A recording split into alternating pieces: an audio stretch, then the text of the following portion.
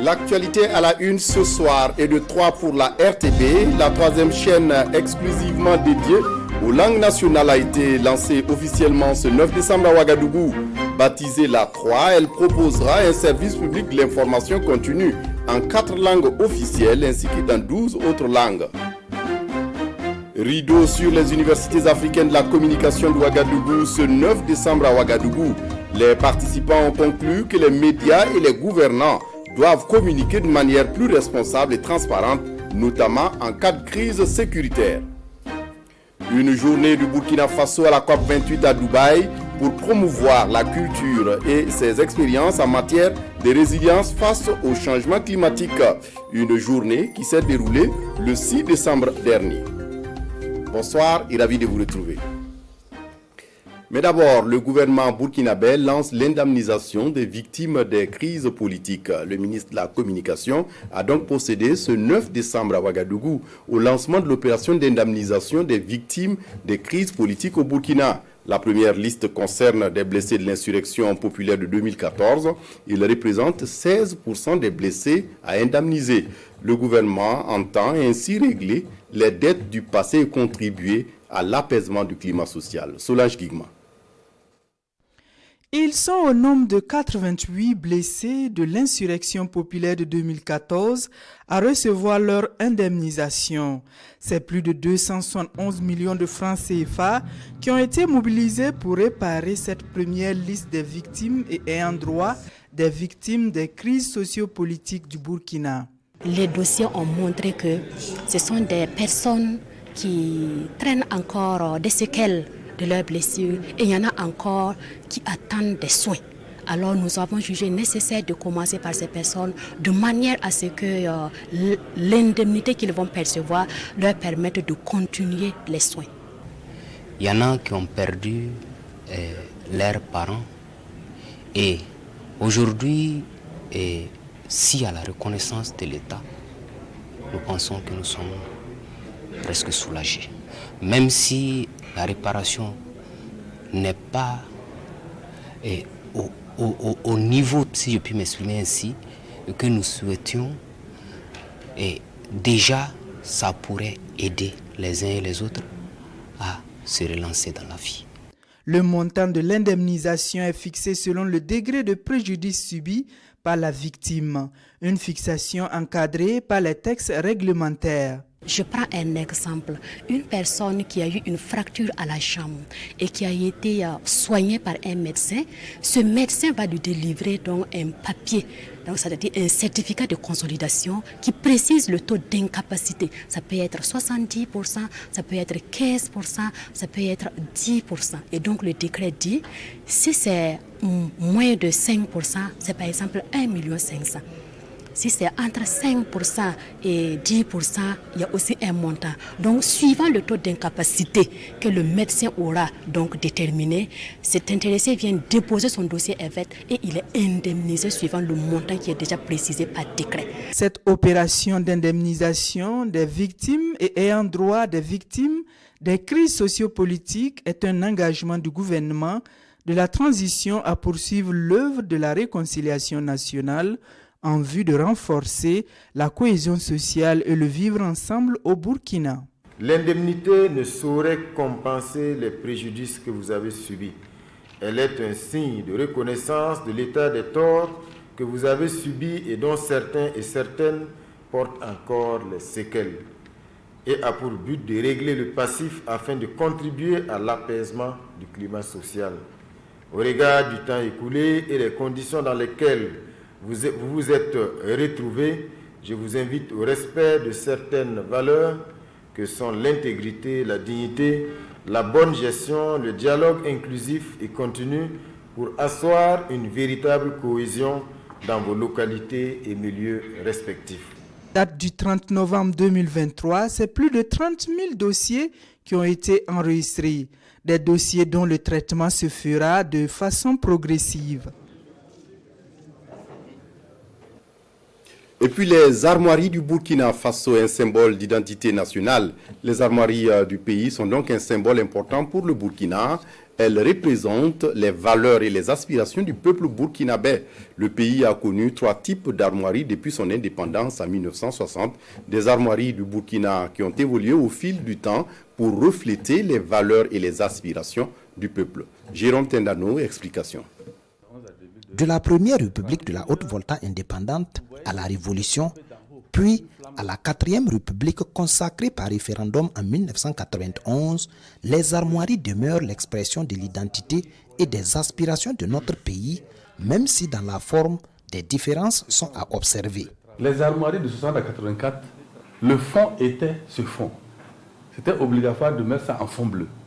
Mais les armoiries de 91 à 2023, le fond n'est pas important. Que vous plaquez sur un habit blanc, le fond sera blanc. Que vous plaquez sur un habit rouge, le fond sera rouge. Mais en fait, l'écu qui environne l'ensemble des armoiries est absolument nécessaire. À l'image de la rupture incarnée par la révolution d'août 83, les armoiries de l'époque tranchent également avec celles considérées comme inspirées, sinon imposées par le colonisateur. La devise « Unité, travail, justice » fait place à la patrie ou la mort nous vaincrons. La loi numéro 20 du 1er août 1997 portant constitution des armoiries du Burkina Faso va alors sonner comme une rectification intégrant des innovations. La devise devient unité, progrès, justice. L'écu, qui est la bande d'argent en haut, qui porte le nom Burkina Faso, ça veut dire que le Burkina est porté par une valeur. La bande d'argent, c'est la devise du pays, qui porte la devise du pays. Vous voyez les qui sont à l'intérieur là, c'est la protection et l'amour du pays. Les 2 étalons, c'est la noblesse du peuple burkinabé. Leur position détermine l'action. Le Burkina est en action. Et leur disposition, l'unité, l'union. Les 2 lances déterminent la défense de la patrie. Et leur position, la vigilance et la bravoure. Les 2 tiges de mille, c'est l'aspiration à l'autosuffisance du Burkina. Et le livre ouvert, le savoir et l'instruction. Sans le vouloir, et peut-être même sans le savoir, des citoyens se rendent coupables d'actes répréhensibles vis-à-vis des armoiries. Et la chancellerie en est bien consciente. On constate aujourd'hui que sur les cartes de visite, les calendriers, des ouvrages, on utilise les armoiries. Mais selon les textes qui disposent de l'utilisation des armoiries, en principe, c'est le cachet de l'État, c'est le thème de l'État, c'est la présence administrative de l'État. Daniel Kambou regrette également une longue absence de texte réglementant l'utilisation des armoiries édicté seulement que courant 2017-2018.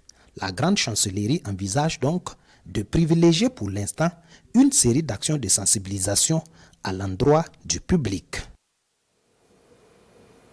Et puis de nouveaux membres du Conseil d'orientation de l'autorité supérieure de contrôle d'État. Ces nouveaux membres ont prêté serment vendredi hier donc devant le Conseil constitutionnel à Ouagadougou. Ils sont 3 à avoir juré de servir loyalement la nation.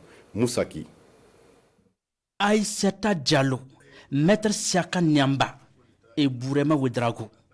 3 nouveaux membres du Conseil d'orientation de l'autorité supérieure du contrôle d'État et de lutte contre la corruption, ASCLC, prêtent ici serment devant le Conseil constitutionnel. Par cette action réglementaire, ils ont pour mission d'accompagner l'ASCLC dans sa quête permanente d'une gouvernance vertueuse dans tous les secteurs de la vie publique. Vous devez assister le contrôleur général d'État dans la gestion de l'institution. À ce titre, c'est à vous qu'il appartient de formuler des recommandations, notamment sur les grandes orientations de la LCE-LC. L'immensité de vos responsabilités exige donc de vous honnêteté, dignité et loyauté.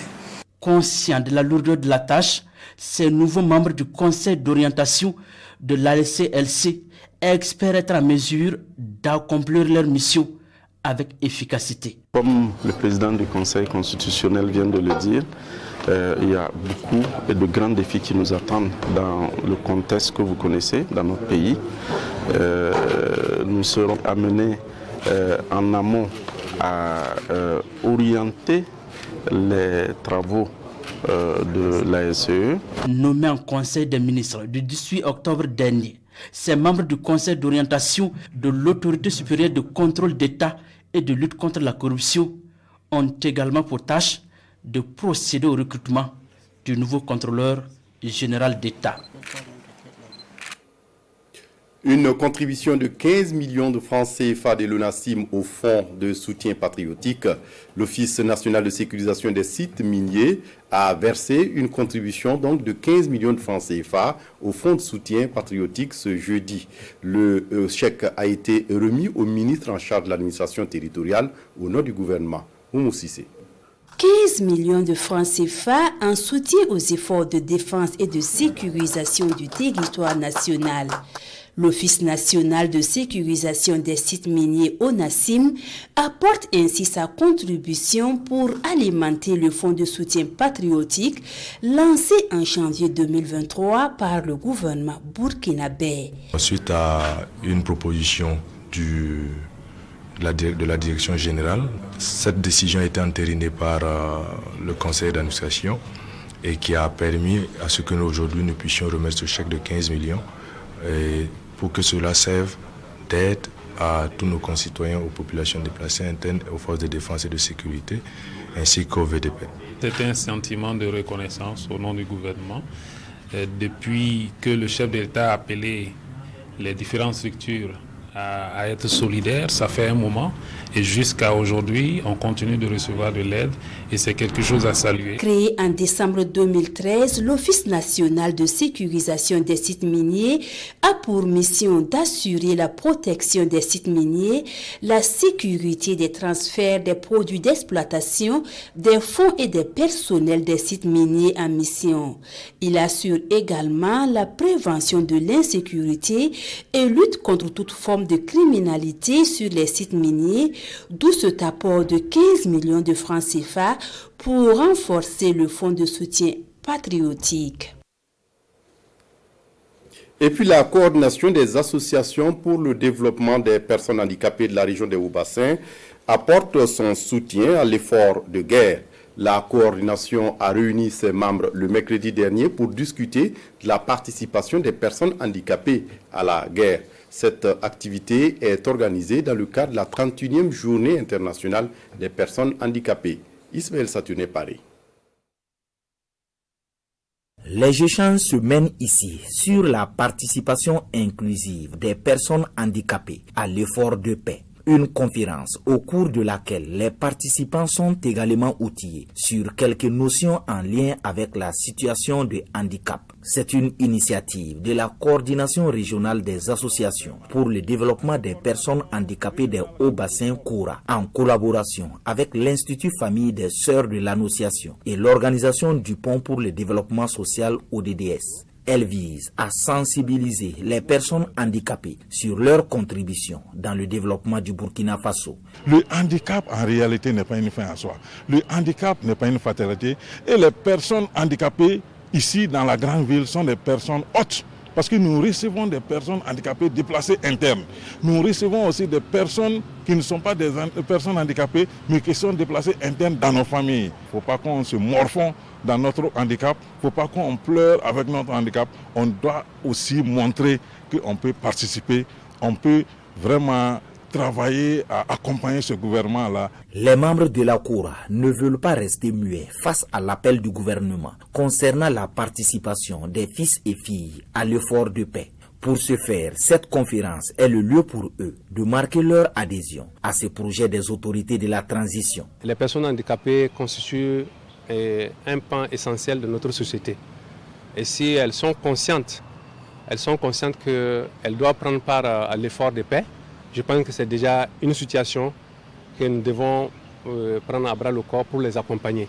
La coordination régionale des associations pour le développement des personnes handicapées des Hauts-Bassins existe depuis 2008. Elle milite en faveur de la valorisation des droits des personnes handicapées. Cette activité entre en droite ligne de la commémoration de la 30e journée internationale des personnes handicapées chaque 3 décembre. Dans l'actualité ce soir, les universités africaines de la communication de Ouagadougou ont clos leurs portes ce 9 décembre à Ouagadougou. Les participants ont appelé les médias et les gouvernants à une communication plus responsable et transparente, notamment dans la couverture des crises sécuritaires. Sonia Kokti. Mettre en avant la responsabilité sociale du journaliste, l'éthique et la déontologie dans son métier. Aussi, favoriser une bonne communication entre journalistes, communicateurs et autorités. C'est en substance les recommandations issues des 13e Universités africaines de la communication. Un rendez-vous clôturé avec le sentiment d'avoir atteint les objectifs fixés. Il y a eu vraiment des communications de grande qualité, des échanges souvent tendus, mais c'était également l'objectif. C'est donc dire que nous ressortons vraiment pleinement satisfaits avec des recommandations extrêmement pertinentes qui vont donc requérir l'attention de tous en tant que non seulement les décideurs, les hommes politiques, mais aussi bien sûr la responsabilité aussi des hommes de médias. La responsabilité des hommes de médias fortement engagés aujourd'hui dans la réponse à la crise sécuritaire. Et cela est vécu dans un élan de solidarité entre les pays de l'Alliance des États du Sahel.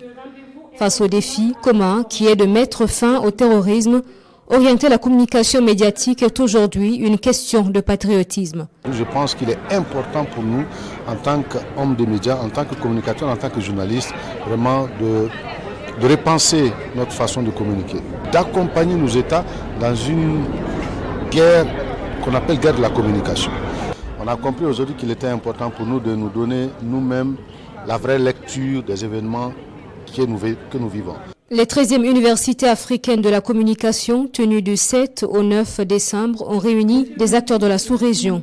Les réflexions ont porté sur la question de la liberté de la presse, le droit d'accès à l'information en contexte de crise sécuritaire et humanitaire. La clôture des 13e UACO était également l'occasion pour reconnaître le mérite de 5 hommes de médias à travers des décorations. Autre titre de l'actualité ce soir, la délégation burkinabé à la COP28 échange avec les Burkinabés de Dubaï. En marge de la COP28 à Dubaï donc, la délégation ministérielle burkinabé a échangé avec les Burkinabés de Dubaï. Les deux parties ont discuté de la situation du pays, mais aussi des préoccupations des Burkinabés de Dubaï. Les Burkinabés de Dubaï ont apporté leur contribution à hauteur de 1 million de francs CFA et des drones aux forces combattantes. Bienvenue Taoussa. Ici, il est question de la situation nationale. S'assurer que le Burkina Faso se porte de mieux en mieux, c'est ce qui intéresse nos compatriotes vivant aux Émirats Arabes Unis. À cette rencontre en marge de la COP28, conduite par le ministre en charge de l'Environnement, les échanges se font à bâton rompu. Au menu, le point de la lutte contre le terrorisme, la vision du chef de l'État et de son gouvernement, les grands chantiers de développement. Des compatriotes visiblement satisfaits de la gestion actuelle de l'État. Ça veut dire que quelque part on pense à nous et vu que nous avons eu des bonnes nouvelles venant du pays, nous sommes très satisfaits de l'évolution du terrain. C'est une rencontre que nous avons souhaitée parce que comme vous le savez, c'est une chance, c'est une opportunité. Nous avons 3 ministres qui sont ici, qui sont venus pour la COP. Donc c'était véritablement vraiment une occasion à saisir pour que la communauté puisse échanger de vive voix avec les représentants du gouvernement, voilà, et qui vont donner les informations justes, je dirais. Les Burkinabés vivant aux Émirats Arabes Unis soutiennent la transition en cours au Burkina Faso et pour matérialiser cet appui, voilà leur contribution au fonds de soutien patriotique, 1 million de francs CFA et des drones de surveillance au profit des FDS et VDP. Pour rechercher la paix, il faut que nous utilisions nos forces de défense et de pouvoir utiliser les outils nécessaires, voire protéger nos populations et les honnêtes citoyens dans notre pays. Son Excellence, le capitaine Ibrahim Traoré, avait lancé un appel à contribution de l'ensemble des fils et des filles du Burkina Faso pour qu'ensemble nous puissions effectivement faire face donc à des terroristes que le pays connaît déjà depuis quelques années et qui a beaucoup de conséquences, notamment en personnes déplacées internes. Nos compatriotes ont répondu donc oui à cet appel. Nous ne pouvons que leur dire merci et être reconnaissants.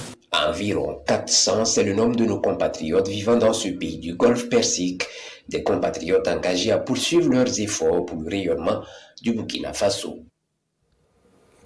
Le Burkina Faso, toujours à la COP 28 pour promouvoir la culture de la résilience. Le pays a organisé une journée à la COP 28 à Dubaï donc pour promouvoir sa culture et ses expériences en matière de résilience face au changement climatique. Des détails avec Bienvenue Tansa. Au pavillon du Burkina à la COP 28, bienvenue à la journée où la culture burkinabé s'exprime avec fierté à travers notamment la valorisation du Faso d'Anfani. À cette journée du Burkina, l'expérience burkinabé en matière de résilience face au changement climatique se laisse découvrir. Tour à tour, acteurs du public, du privé et de la société civile font l'état des lieux des actions menées sur le terrain. Qu'est-ce que nous sommes en train de faire pour cette phase? Nous avons présenté aussi les projets que nous sommes en train d'élaborer. Donc il y a des projets carbone que nous sommes en train d'élaborer aujourd'hui pour soumettre à un certain nombre de partenaires. Notamment, il y a le Fonds vert pour le climat, il y a Live Coalition, il y a également un fonds carbone au niveau de la Banque mondiale Keskin. Aujourd'hui, c'est pour magnifier, à l'occasion de la journée du Burkina Faso, le principe du partenariat multi-acteurs qui doit pleinement jouer son rôle à partir de cette COP28 pour la mobilisation des ressources. La démarche du Burkina en tant que partie à la Convention cadre des Nations Unies sur le changement climatique a par ailleurs fait l'objet d'une communication. Tout ce qui est fait en termes de soutien et d'activité en lien avec le changement climatique est ici dévoilé. Au-delà de cela, nous avons aussi vu que dans la question énergétique, le ministère de l'Énergie nous a montré vraiment la marche du Burkina Faso vers la transition énergétique. Vous savez, c'est une thématique qui est beaucoup d'actualité avec donc, la transition juste, où les questions de changement climatique et d'énergie ont une part très importante donc, sur ces négociations-là. Donc nous avons fait cette journée-là pour partager nos expériences et aller de l'avant. Vous avez vu la participation de toutes les délégations, aussi bien du secteur privé, de la société civile et du gouvernement. Vous avez vu aussi des partenaires qui sont venus pour nous accompagner. Donc c'est un moment de visibilité. Cette journée du Burkina connaît la participation du Mali par le truchement de Mamadou Samaké, ministre de l'Environnement, et ce au nom de la fraternité entre les peuples burkinabés et maliens. La SONAR lance une nouvelle assurance maladie pour les maladies graves. La SONAR, la compagnie d'assurance burkinabé, donc lance une nouvelle assurance maladie qui couvre les maladies graves comme le cancer, les maladies cardiovasculaires ou le diabète. Pour bénéficier de cette assurance, il faut souscrire à un contrat et payer une cotisation mensuelle. Les autres explications avec Moussaki. Un tête-à-tête avec le professionnel des médias. Ici, les membres de la SONAR présentent aux journalistes leur nouveau produit dénommé Assurance Maladie Redoutée. Cette assurance est valable pour toute personne âgée de 0 à 65 ans. Elle vise la protection des populations contre d'éventuelles maladies graves. Ainsi, plusieurs options s'offrent aux souscripteurs. La première option, c'est 3 millions, c'est-à-dire que quand vous souscrivez, vous payez 3 millions. Si on enlève l'assurance principale, la prime seulement de l'assurance maladie redoutée va tourner autour de 47-48 000. Voilà. Donc, pour 3 millions. Pour 5 millions, ce sera autour de 78 000, 80 000 par an. Et pour, donc, bien sûr, les 10 millions, vous serez autour de 170 000 francs par an. Parce que nous, il y a donc la prime que nous calculons, mais il y a aussi des taxes que nous devrions payer à l'État. Le représentant du ministre en charge de la Santé félicite ici les promoteurs pour cette initiative. Pour lui, cette nouvelle assurance vient contribuer à l'offre sanitaire au Burkina Faso. Aujourd'hui, toutes nos politiques sont orientées sur la couverture sanitaire universelle. Ça veut dire quoi? Ça veut dire faire en sorte que le Burkinabé ait les soins, accès aux soins, à des soins qui sont de qualité et pour lesquels il ne va pas financièrement souffrir beaucoup. L'assurance maladie redoutée couvre 6 pathologies graves qui sont entre autres le cancer, les accidents vasculaires cérébraux non traumatiques, les infarctus de myocarde. Je le disais en titre, la RTB lance sa 3e chaîne dédiée exclusivement aux langues nationales. Elle proposera un service public de l'information continue en 4 langues officielles et 12 autres langues. Cette initiative est importante pour le gouvernement de la transition qui a officialisé les langues nationales récemment. Jérôme Tendanou.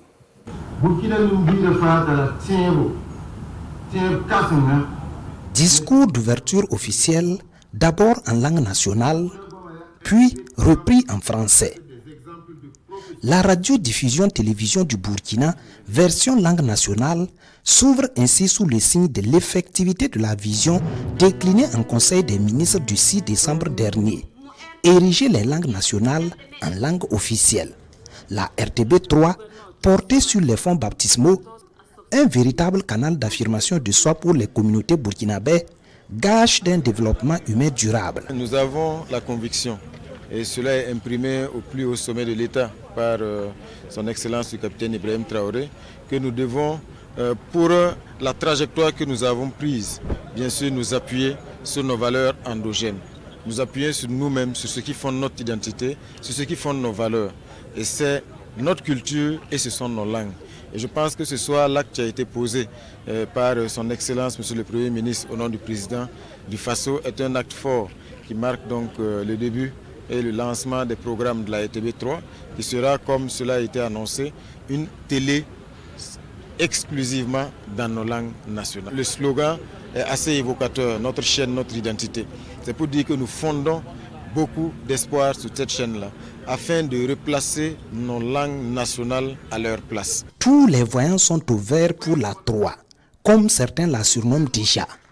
Des vétérans de la promotion des langues nationales, le département en charge de l'alphabétisation, tous se tiennent aux côtés de la RTB3 dans sa noble mission. J'ai pu déjà rassurer les responsables de cette nouvelle télé qui vient de naître que mon département va tout faire pour lui permettre de vivre et bien vivre. Car voyez-vous, c'est un puissant auxiliaire de mon département.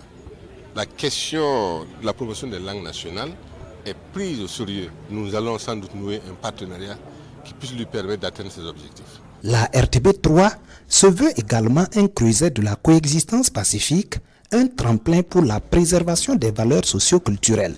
Comme cet exemple, le ministre en charge de l'éducation, co-parrain, Ouedraogo du Nord, est rebaptisé Woba et vive la parenté à plaisanterie entre Goumankieba et Yadse.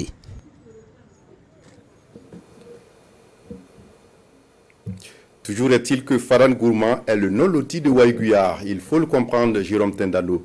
La RTB3 a désormais son logo inspiré de celui de la chaîne mère avec le chiffre 3 à la place de la virgule. Il comprend également une étoile stable, symbole des langues nationales. Son slogan est « Notre chaîne, notre identité ». Le comité de sélection de ce chef-d'œuvre a choisi parmi 367 propositions. Karim Bitienga. Ces moments étaient très attendus par Abdoulaye, Alioune et Amidou. Ce, depuis le 3 octobre, date du lancement de l'appel à logotype pour la 3, la nouvelle chaîne de la RTB dédiée aux langues nationales. Comme eux, 364 autres candidats étaient en lice. Plus qu'une recherche du gain, leur participation se veut une contribution patriotique. D'habitude, je ne participe pas au concours de logo. Mais comme c'était la chaîne nationale, bon, je me suis dit, voilà, je vais essayer de tenter ma chance pour laisser mes marques aussi sur cette chaîne-là, qui est nationale, qui a une vie indéterminée. C'est dans un élan de patriotisme que j'ai postulé à ce concours. Je voulais mettre en avant ma créativité au service de ma nation. Et la RTB étant la chaîne principale nationale, c'était mon moyen aussi de mettre ma petite touche pour le développement du Burkina. La motivation, d'abord, il faut dire qu'il y a l'essence du patriotisme. Cette fierté quand même de contribuer, de travailler à la faveur de la chaîne nationale, la chaîne leader. Passé l'enregistrement des candidatures, le comité de sélection se met à la tâche. Une tâche faite de présélection, de sélection, puis le choix définitif. À l'heure de la proclamation des résultats, le comité de sélection est au grand complet. Les gagnants aussi. Le dévoilement commence par le 3e logo. Ensuite, le 2e. Et enfin, le logo gagnant. Le logo de la 3. Avec un slogan rassembleur. Notre chaîne, notre identité. Il fallait nous donner un logo original, facilement mémorisable, qui reflète aussi notre logo mère, RTB que tout le monde connaît avec ses différentes couleurs. Il y a aussi la présentation du dossier qu'on ne dit pas, qui ont prévalu au choix de ces trois et du premier logo, notre chaîne, notre identité. On avoue que ce ne fut pas facile pour le comité.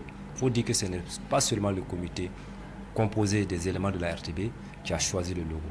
À un moment, nous nous sommes ouverts à d'autres experts externes de la maison pour avoir un regard nouveau qui nous a permis de choisir ce logo que nous pensons qui reflète véritablement la ligne que la direction générale souhaite pour cette nouvelle chaîne qui s'appelle RTB3.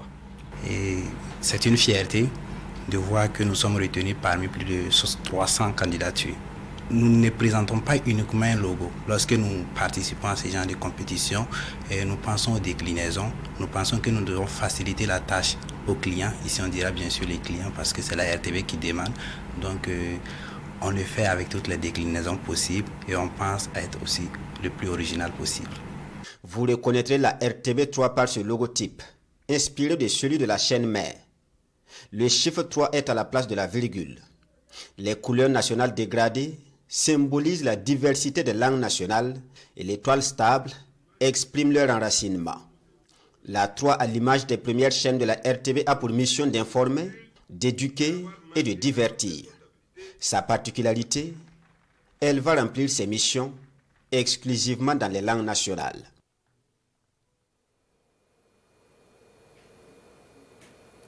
Le représentant résident par intérim des Nations Unies, co-parrain du lancement de la RTB3, le système des Nations Unies soutient l'usage des langues nationales. Le fondateur de l'association Tintois, Dr Bendi Benoît Oba, est l'invité d'honneur. Il promeut l'alphabétisation en langue nationale depuis 1985. Leur appréciation à suivre dans ce reportage de Rasmane Zoundi et de Ahadi Sandamba. Notre chaîne, notre identité, c'est le slogan de la nouvelle née de la radio-diffusion-télévision du Burkina. La RTB3, une chaîne de télévision qui se donne pour mission d'informer, d'éduquer et de divertir en langue nationale. Une trouvaille de la nationale du son et de l'image qui répond aux aspirations du système des Nations Unies au Burkina Faso. Cet instrument vraiment sera nécessaire pour renforcer vraiment la communication sur la disponibilité des services en matière de développement, sur la prévention des conflits, la résolution pacifique des conflits, la cohésion sociale et la consolidation de la paix. Donc nous sommes vraiment heureux que cet instrument soit vraiment disponible aujourd'hui. Notre présence ici en tant que coparrain, c'est le signe que nous allons vraiment accompagner les activités de cette nouvelle chaîne qui vient de naître. Les responsables de la RTB3 peuvent également compter sur le soutien de l'association Tintois.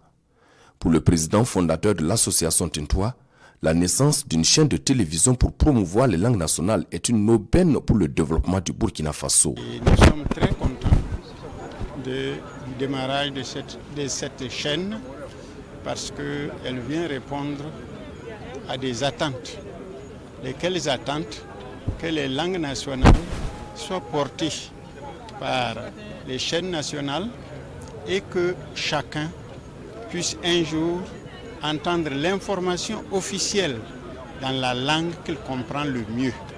Et quand on voit le pourcentage des personnes qui comprennent le français, on ne peut que se réjouir qu'il y ait une chaîne dédiée aux langues nationales. Mais il faut encore qu'elle puisse remplir les fonctions d'une langue officielle. Et ça demande du travail. Et nous connaissons ce travail et nous allons apporter notre contribution. Avec les autres, nous pensons que la chaîne pourra avoir beaucoup plus d'audience que la plupart des chaînes qui existent à l'heure actuelle.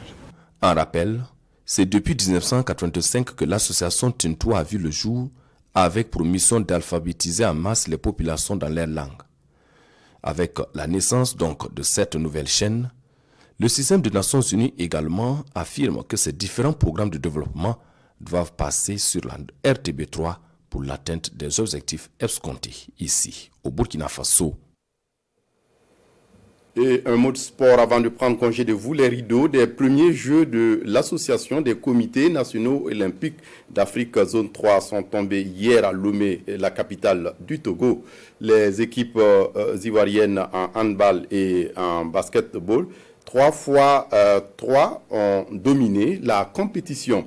Le Burkina Faso revient avec l'argent en handball et en bronze au volleyball.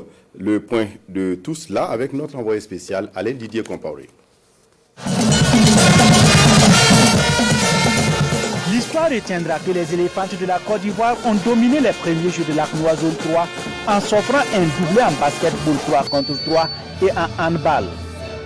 Les sapeurs Falcons du Nigeria arrachent l'or en volleyball et laissant l'argent aux Black Stars du Ghana. Les étalons du Burkina prennent le bronze devant les Amazones du Bénin. Pour un coup d'essai, les premiers jeux de l'ACNOA ont connu un franc succès. Féliciter le président de la zone 3, et notre compatriote Jean Yamouero, qui a eu cette initiative pour la première édition de ces Jeux. Pour moi, l'essentiel, c'était d'initier quelque chose pour la zone et commencer et puis permettre la pérennité. J'ai réussi à lancer les Jeux de cette année. Je suis vraiment satisfait malgré les imperfections de l'organisation. Ça arrive, je pense qu'il faut comprendre.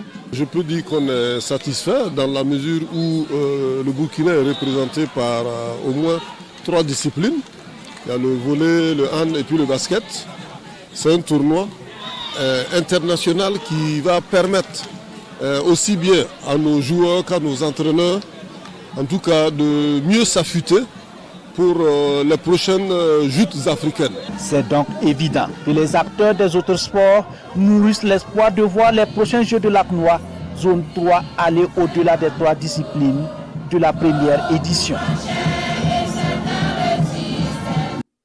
Et retour au Burkina pour terminer avec cette information. Cet appel pour la paix dans la perspective d'une sortie de crise entre la Fédération burkinabé de football et certains clubs. Les dirigeants de ligues régionales et districts ont pris la parole ce samedi à Ouagadougou pour appeler les acteurs du football burkinabé au rassemblement et à l'union. À travers l'appel de Ouagadougou pour la paix dans le football burkinabé, ils souhaitent ainsi rapprocher les positions en vue d'une sortie de crise. Des détails avec Rasmane Zoundi et Salif Drago. À la tribune du centre technique de la Fédération burkinabé de football ce samedi matin, des responsables des ligues et de districts donnent de la voix dans la crise qui oppose l'instance du football burkinabé à certains clubs. Dans une déclaration dénommée « Appel de Ouagadougou pour la paix dans le football burkinabé », ces représentants du football au niveau régional appellent à l'union et au rassemblement autour de leur passion commune qu'est le football.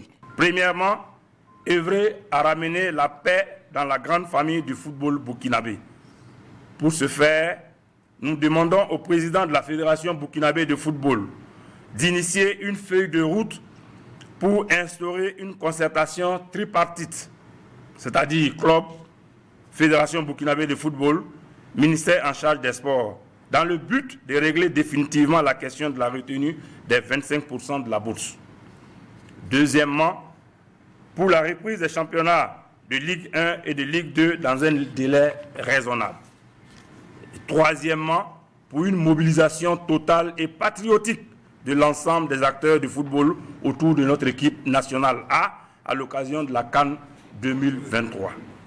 Cette déclaration est remise séance tenante au premier vice-président de la Fédération burkinabé de football qui apprécie l'initiative à sa juste valeur. Nous allons transmettre à qui de droit, notamment les 2 parties, parce que l'appel vise à une conciliation et vise également à une reprise de la compétition. Donc nous ne pouvons que saluer cette initiative. Tout en espérant que leur message ait un écho favorable, Issouf Dramé et ses camarades disent poursuivre leur démarche afin d'aboutir à une sortie de crise rapide. Voilà, c'est tout pour ce journal. Merci de votre attention. Très bonne suite de programmes sur la RTB. Au revoir.